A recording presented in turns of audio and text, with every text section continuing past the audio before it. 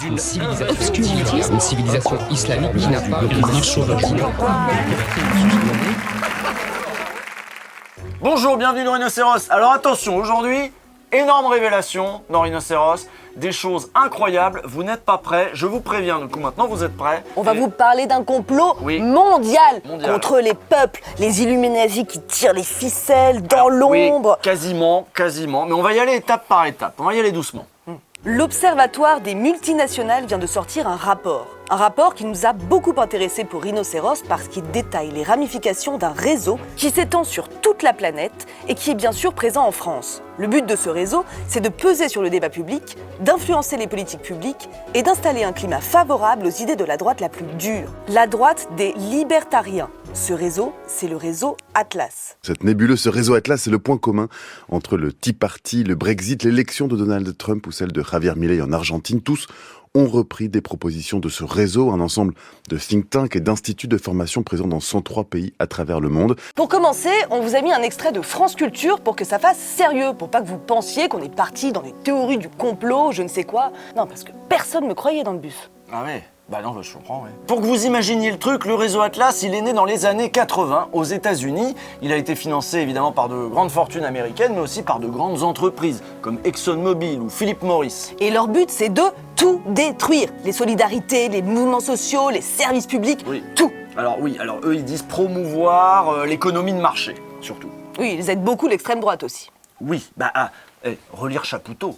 Vous avez entendu le journaliste de France Culture, Matteo Caranta, parler de Javier Milei, de Trump, du Brexit. Nous, on va vous parler des Français qui sont passés par ces think tanks ou ces instituts de formation, des organisations bien françaises, qui peuvent aider des figures bien françaises, comme par exemple Philippe de Villiers, tiens. Je n'aurais pas écrit ce livre s'il n'y avait pas Alexandre Peset et l'Institut de formation politique. L'Institut de formation politique, l'IREF, l'IFRAP, contribuable associé, l'Institut des libertés de Charles Gave, que vous connaissez peut-être. Tous ces trucs-là font partie du réseau Atlas. Ce réseau, il fournit des argumentaires directement importés des États-Unis. Il forme de jeunes talents, il forme des journalistes, des influenceurs. Il travaille en profondeur notre espace médiatique avec tous ces instituts, là, plus ou moins bidons. Aujourd'hui, on va vous parler des connexions du réseau Atlas en France. Qui sont ces gens ? Vous allez voir, vous en connaissez un certain nombre. On va commencer par l'IFRAP. Normalement, vous avez déjà entendu ce nom quelque part. C'est la Fondation pour la recherche sur les administrations et les politiques publiques. Sur son site, l'Institut se vante d'avoir bénéficié de plus de 800 passages médias l'année dernière. Et dans les médias, l'IFRAP envoie elle. Pendant la réforme des retraites, on me disait beaucoup, c'est toujours les mêmes qui font les efforts. Et que finalement, il y avait ce sentiment que c'était un peu la France à deux vitesses. Celles qui travaillent, qui bossent et qui cotisent, et puis celles qui bossent moins, qui profitent. Vous avez peut-être reconnu Agnès Verdier-Molinier. Ancienne journaliste, elle est allée se former directement aux États-Unis. Et là, elle est là pour bourriner. C'est un peu la voiture bélier du patronat en France. Écoutez-la, par exemple, nous expliquer que le gouvernement en fait trop sur la fraude fiscale et pas assez sur la fraude sociale. Sur la fraude sociale, on récupère quasiment rien. Mais ce sont les mêmes montants c'est relativement équitable en termes de montants. En tout cas, dans ce que nous, on évalue, parce qu'il y a des évaluations qui sont complètement fantaisistes, des syndicats, de la CGT, etc., sur la fraude fiscale. Et ils ne parlent jamais que de ça. Ils ne parlent jamais de fraude sociale. Vous avez bien entendu, elle n'ose pas le dire franchement parce qu'elle sait que c'est faux, mais elle vient de sous-entendre que la fraude sociale et la fraude fiscale, ça représenterait à peu près le même manque à gagner pour l'État. C'est kiff-kiff quasiment. Voilà. Les économistes sérieux évaluent au maximum le coût de la fraude sociale à 3 milliards d'euros par an. Quant à la fraude fiscale, les estimations les plus basses parlent de 80 milliards. Mais bon. Oui, mais elle dit que ça, c'est les chiffres de la CGT, qu'il faut écouter ces chiffres à elle. Oui, parce qu'elle produit ses propres chiffres. Enfin, l'Institut produit ses chiffres bidons sur la base de rapports tronqués, d'analyses un peu biaisées. C'est ça le travail de l'Institut, il travaille à ça aussi.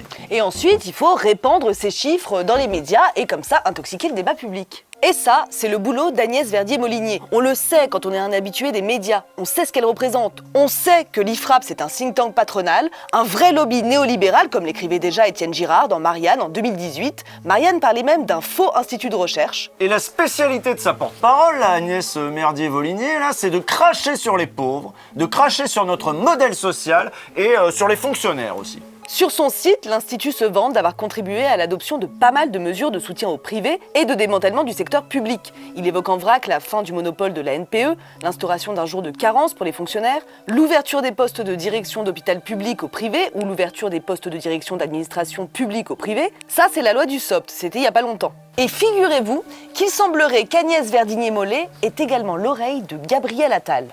C'est en tout cas ce que nous dit cet article de la lettre A, mais attention, ça va plus loin. La réforme des groupes de niveau. Vous voyez au collège cette idée qu'il faudrait mettre les bons avec les bons, les nuls avec les nuls. Bon, personne n'avait demandé ça au collège, ni les enseignants, ni les parents d'élèves, ni aucun pédagogue n'avait suggéré ce truc-là, on sait même que ça marche pas. Donc le petit milieu de l'éducation s'était demandé mais comment Gabriel Attal avait pu avoir cette idée de génie ? Pour Anne-Sophie Saint-Père, qui est la principale rédactrice de ce rapport sur le réseau Atlas, il se pourrait bien que ces idées aient été pompées dans les propositions de l'association libertarienne dont on vous parle aujourd'hui. Alors c'est toujours difficile de connaître précisément l'origine d'une législation. Par exemple, dans le domaine de l'éducation, c'est assez frappant la manière dont les récentes réformes annoncées, que ce soit les groupes de niveau, concentration sur les fondamentaux, toutes ces réformes récentes ressemblent très fortement à ce que va préconiser un think tank comme l'IFRAP, qui est un des anciens membres du réseau Atlas en France. Bon voilà, déjà j'espère que c'est un peu plus clair pour vous, j'espère que vous commencez à mieux comprendre et mieux évaluer le poids que peut avoir cet institut Atlas. Donc vous avez vu, cet institut élabore des propositions pour un monde plus inégalitaire. Ces propositions, il les transmet à ces petites fondations un petit peu partout, dont l'IFRAP. Et puis, si c'est possible, on pousse pour que ça arrive jusqu'à l'oreille des dirigeants et que ça devienne des lois. Et puis, ça a l'air de marcher, parce que quand on écoute l'IFRAP, on a souvent l'impression d'entendre Attal et Macron en fait, et vice-versa. Sauf qu'à l'IFRAP, on va souvent un cran plus loin. Écoutez cette sortie, vous n'êtes pas prêt pour la chute. Justement, on dépense de l'argent collectivement pour avoir un système qui accompagne les personnes qui sont dans la peine, qui sont éloignées de l'emploi, qui sont en recherche d'emploi, et finalement leur dire allez plutôt demander l'allocation adulte handicapé. Moi, je trouve que là, ça veut dire qu'on a baissé les bras, et ça veut dire qu'on a perdu justement ce fil rouge que le travail doit être au cœur de la vie de chacun et de la vie de la société. Vous avez bien entendu, l'AAH c'est pareil, l'allocation adulte handicapé pareil, c'est de l'assistanat, de foutre tout ça au boulot, mais tu vas voir, ça va pas traîner. Le but de l'IFRAP, c'est vraiment de tout démanteler. Jusque-là, on vous a surtout mis des passages télé et radio diffusés sur des médias privés, mais la fausse expertise d'Agnès Verdier-Mollet, on la retrouve aussi sur les chaînes public. Par exemple, en 2022, Ruquier l'avait invité pour commenter les propositions de Philippe Poutou. Forcément, le contraste est intéressant, un grand moment de télé. Le SMIC à 1 800 €, moi je trouve ça très bien, j'imagine qu'évidemment elle n'est pas d'accord. Je vous parle même pas de la réduction du temps de travail à 32 heures sur 4 jours sans perte de salaire, et elle voudrait qu'on travaille plus. Puis alors la retraite à taux plein et par répartition à 60 ans et même 55 pour les travaux pénibles. Tout ça on en parlera ensemble, mais je vois déjà qu'elle tourne de l'œil. Mais l'IFRAP ne parle pas que d'économie. Comme beaucoup d'autres structures membres du réseau Atlas, cet institut évoque parfois les questions de société, en poussant systématiquement les propositions les plus réactionnaires, c'est-à-dire les propositions de l'extrême droite. Et c'est bien normal, c'est l'extrême droite qui porte les projets de société les plus inégalitaires. C'est à l'extrême droite qu'on mène bien volontiers la guerre aux pauvres la plus dure. Et c'est donc l'extrême droite que le réseau Atlas va abreuver de notes dont il va essayer de structurer un peu le discours économique. Par exemple, le programme économique de Reconquête est beaucoup plus bourrin que celui du Rassemblement national. Eh bien, derrière les soutiens et les financements de la campagne de Zemmour en 2022, on retrouve Charles Gave, un banquier ultra-libéral, libertarien même, son Institut des Libertés, qui lui vaut des invitations à Sud Radio ou Thinkerview, est membre du réseau Atlas. D'ailleurs, il y a 10 ans, Éric Zemmour défendait des idées un peu moins libérales en matière d'économie. Alors, à quel point son évolution a été influencée par le réseau Atlas, on ne sait pas. Mais si le réseau aide l'extrême droite, on peut aussi dire qu'il se sert de l'extrême droite pour faire avancer ses idées pro-patronales. Plus les gens sont racistes, plus ils vont vouloir qu'on taille dans notre modèle social. Si, c'est logique. Et vous allez voir, ça va même parfois un peu plus loin. Donc quand on dit on n'a pas les moyens pour les OQTF ou pour les centres de rétention administrative et que de l'autre côté on voit les niveaux de subventions qui sont alloués à certaines associations, on se demande finalement comment est l'arbitrage de ces fonds. Dans l'imaginaire raciste, ce sont les étrangers qui profitent du système. Aux États-Unis, ça fait des décennies que la droite se sert de cet argument pour bloquer toute avancée sociale. Les bons Américains qui travaillent dur devraient financer tous ces Noirs qui ne travaillent pas ? Ce discours marche très bien, y compris sur des Blancs pauvres. Racisme et violence sociale vont très bien ensemble, et ça, Agnès Vomi-Jardinier l'a très bien compris. qui habitent dans nos logements sociaux. Là aussi, ce sont les Français qui financent.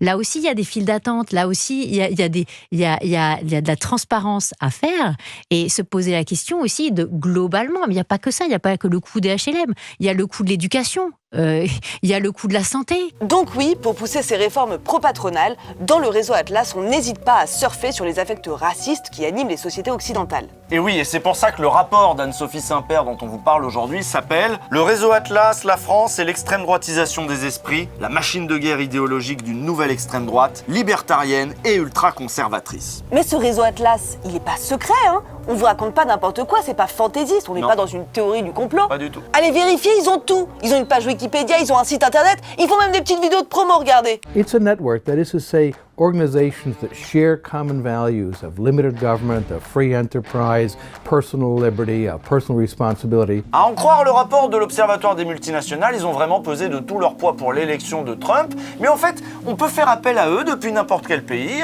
L'idée, c'est vraiment de soutenir toutes les bourgeoisies, tous les patronats de tous les pays qui le veulent, même ceux du Sud. On vous a parlé de son soutien à Javier Milei en Argentine, sans doute un des libertariens les plus zélés de la planète. Mais le réseau a aussi aidé la bourgeoisie chilienne à faire voter le rejet d'une nouvelle constitution plus progressiste en 2023, alors que la même année, il filait aussi un coup de main aux réactionnaires australiens pour faire échouer un autre référendum qui visait, lui, à donner plus de pouvoir aux communautés aborigènes et indigènes. Alors comment ils s'y prennent? Bon, toutes les méthodes sont bonnes à prendre, l'important c'est de partager les connaissances à l'échelle mondiale. Ils se refilent des techniques justement. Ils vont manipuler les hashtags sur les réseaux, ils vont créer des livres pour être invités sur les plateaux télé, évidemment ils ont plein d'experts, ils vont former des jeunes à leur vision du monde et parfois ils vont inventer des associations de contribuables par exemple. En France, Contribuables Associés, c'est une association membre du réseau Atlas. Écoutez son directeur Benoît Perrin sur BFM TV, son message est très clair. C'est un libertarien. Il faut moins de poids, il faut moins d'État, il faut moins de normes, il faut moins d'impôts. Moins d'État. Et si on ne fait pas ça, on sera moins d'État. Dans le réseau Atlas, ils ont plein d'experts. Tous sont pas aussi connus qu'Agnès Vert de Mobilier, mais ils sont tous aussi violents. Et ils défendent tous les inégalités avec des discours radicaux. Voici par exemple Jean-Philippe Delsol. Lui, il est directeur de l'IREF, l'Institut de recherche économique et fiscale, encore un institut douteux, évidemment membre du réseau Atlas. Trop d'égalité nuit à l'égalité elle-même. Et l'égalitarisme est mauvais en soi. Les inégalités sont naturelles. Là, il était sur Télé Liberté, mais il est aussi très à l'aise chez André Berkoff de Sud Radio. Parce que la propriété, c'est quelque chose qui est naturel pour l'homme. Il en a besoin. Et c'est ça notre message. Quand on libère la propriété, eh bien la propriété a un plus fort rendement, elle génère de l'activité, elle génère des revenus, et finalement l'État s'y retrouve aussi. Alors lui, il a toujours des grands discours sur la nature humaine. Il n'est pas médecin, il n'est pas biologiste, il n'est même pas économiste. C'est juste un avocat plein de fric. Et avec des idées sur tout, même sur l'égalité homme-femme, écoutez. Dites-vous que l'égalitarisme s'est traduit par la négation de la nature humaine? Bien sûr, parce que la nature humaine est inégale. Pourquoi est-ce que nous serions différents physiquement et que nous ne le serions pas intellectuellement? Je ne pense pas souhaitable d'imposer l'égalité homme-femme. Bon, on vous avait prévenu, ils sont pas tous très connus. On en a d'autres sous le pied, on en a des biens. Mais promis, après on vous en montre des connus, mais il faut qu'on finisse notre liste des meilleurs experts. Déjà, on va écouter l'ancien président de l'IFRAP, Nicolas Lecossin. Lui aussi, des fois, il est invité sur Europe 1, sur CNews, sur Sud Radio. Mais c'est dans le podcast libéral Contrepoint qu'on a trouvé des choses intéressantes. Là, il est à l'aise. Et il revient sur la bataille culturelle qu'il mène désormais depuis l'IREF. Avec l'autre, là, le spécialiste de la nature humaine. Voilà, il a changé d'organe, on peut passer de l'une à l'autre. Si vous voulez, je pense qu'on a gagné pas mal de batailles dans le monde des médias, des idées, des sujets qui étaient à l'époque tabous, comme la baisse des dépenses publiques, la baisse du nombre de fonctionnaires, la réforme de l'éducation nationale, du système de santé. À l'époque, on ne pouvait pas en parler. Très peu. Oui, on était considérés comme des excités extrémistes.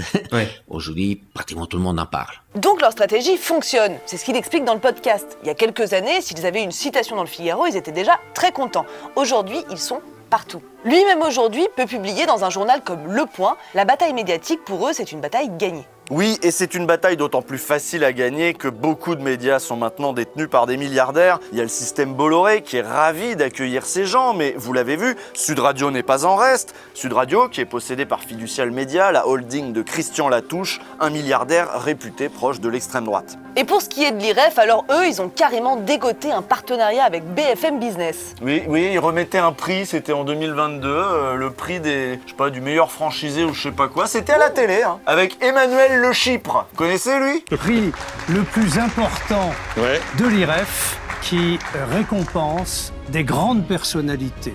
Pour continuer dans notre exploration de ce monde merveilleux qu'est le réseau Atlas, on va vous parler maintenant de l'Institut Molinari. Il est aussi cité dans le rapport. Sa présidente, Cécile Philippe, elle, dites-vous qu'elle a carrément écrit un bouquin qui s'appelle « C'est trop tard pour la Terre ». Bon, comme ça c'est clair au moins. Elle est moins présente dans les médias audiovisuels parce qu'on la retrouve plutôt à l'écrit.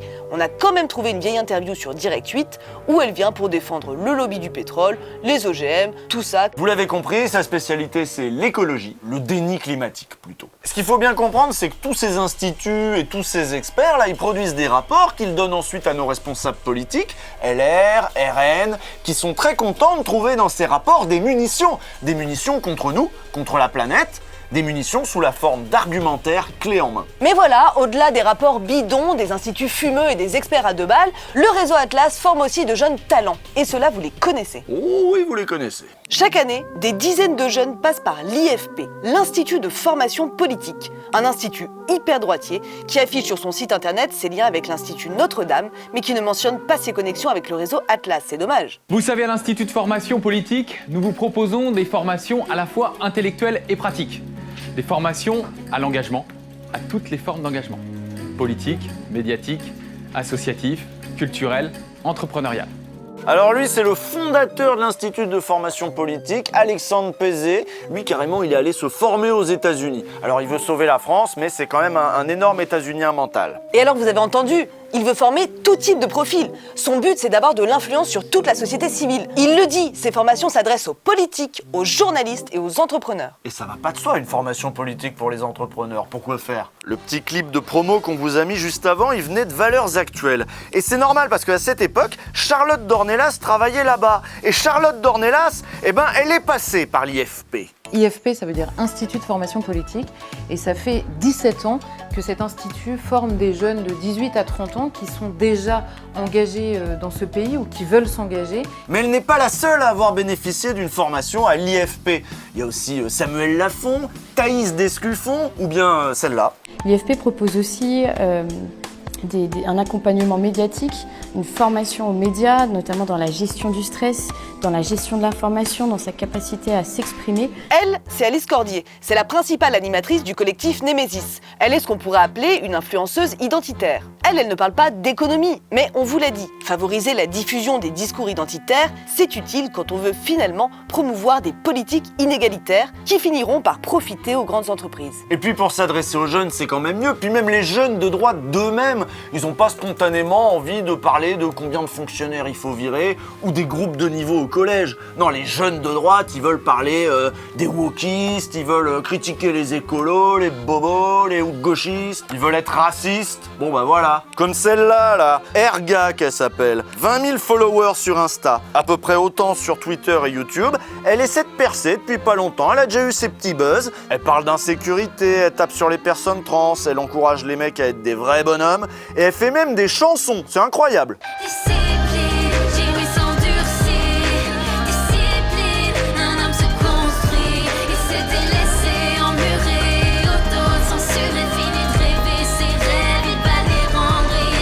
On a découvert ça en préparant cette émission, c'est très inspirant, faut dire. Ah ouais. Bon bah évidemment, elle aussi. J'ai pris conscience qu'il fallait que je sois mieux armée pour lutter efficacement contre cette véritable dictature bien pensante. J'ai alors trouvé l'endroit idéal qu'il me fallait pour approfondir mon engagement. L'Institut de formation politique. Donc le réseau Atlas, c'est tout ça. Des experts, des rapports, des structures et maintenant des jeunes formés, tous pareils, par ces structures qui, de loin en loin, ont été financées par de riches mécènes américains, de grandes entreprises américaines. Et oui, parce qu'on vous le redit, c'est des États-Unis que tout est parti. Dans la foulée des élections de Thatcher et Reagan au début des années 80, les capitalistes anglo-saxons se sont organisés pour remporter la bataille culturelle. Ils ont mis les moyens et aujourd'hui leur réseau est florissant. Vous le savez, la meilleure manière de vaincre la gauche, c'est de faire la promotion de l'extrême droite. C'était vrai dans les années 30, c'est vrai aujourd'hui. L'extrême droite n'a jamais manqué de financement et de soutien de la part des milieux patronaux, mais aujourd'hui ces milieux patronaux sont organisés et ont structuré leur réseau. C'est grâce à des réseaux comme le réseau Atlas qu'ils forment des experts comme Agnès Verdier-Molinier, mais aussi maintenant des journalistes comme Dornelas, des influenceurs comme Cordier et Erga, de jeunes cadres de l'extrême droite également, comme Stanislas Rigaud, jeune prodige de Reconquête, lui aussi passé par l'Institut de formation politique. La cartographie du truc est impressionnante, vous pouvez la retrouver sur Basta, qui a publié un article sur le rapport dont on vous a parlé aujourd'hui. Ce rapport, vous pouvez le retrouver et le consulter sur le site de l'Observatoire des multinationales. On vous invite à le faire, ne serait-ce que pour vérifier tout ce qu'on vous a raconté aujourd'hui. Alors nous là, on comprend mieux comment se forment certains de ces rhinocéros qui sont là partout. Ça fait sens. Il y a une offensive, elle est méthodique, elle est efficace et notre bourgeoisie réactionnaire française profite de ce petit vent dans le dos. Ils en profitent, ils s'en inspirent même, comme Marion Maréchal qui a fait sa propre école de formation politique sur le modèle de l'Institut de formation politique. Maintenant, vous aussi vous savez ça et vous comprenez sans doute mieux d'où nous viennent tous ces gugus, avec leurs rapports, avec leurs instituts. Et puis grâce au travail d'Anne-Sophie Saint-Père, eh bien peut-être que les journalistes vont pouvoir un petit peu mieux recevoir ces gens-là sur les plateaux. Par exemple, ils pourraient leur demander si leur institut bidon, là, il est partenaire du réseau Atlas. Quand les journalistes reçoivent des influenceurs d'extrême droite, ils pourraient leur demander s'ils sont passés par cet institut de formation. Ils pourraient leur demander ce qu'ils ont appris dans ces instituts, qui les a aiguillés vers ça. Et je suis sûre qu'il y en a qui savent même pas que ça existe, le réseau Atlas, si ça se trouve. Eux, ils sont juste les idiots utiles des grands capitalistes américains et ils se prennent pour des patriotes. Eh oui, eh oui. En tout cas, maintenant, vous savez, vous. Voilà, pour leur dire. Et nous, on se retrouve dimanche prochain.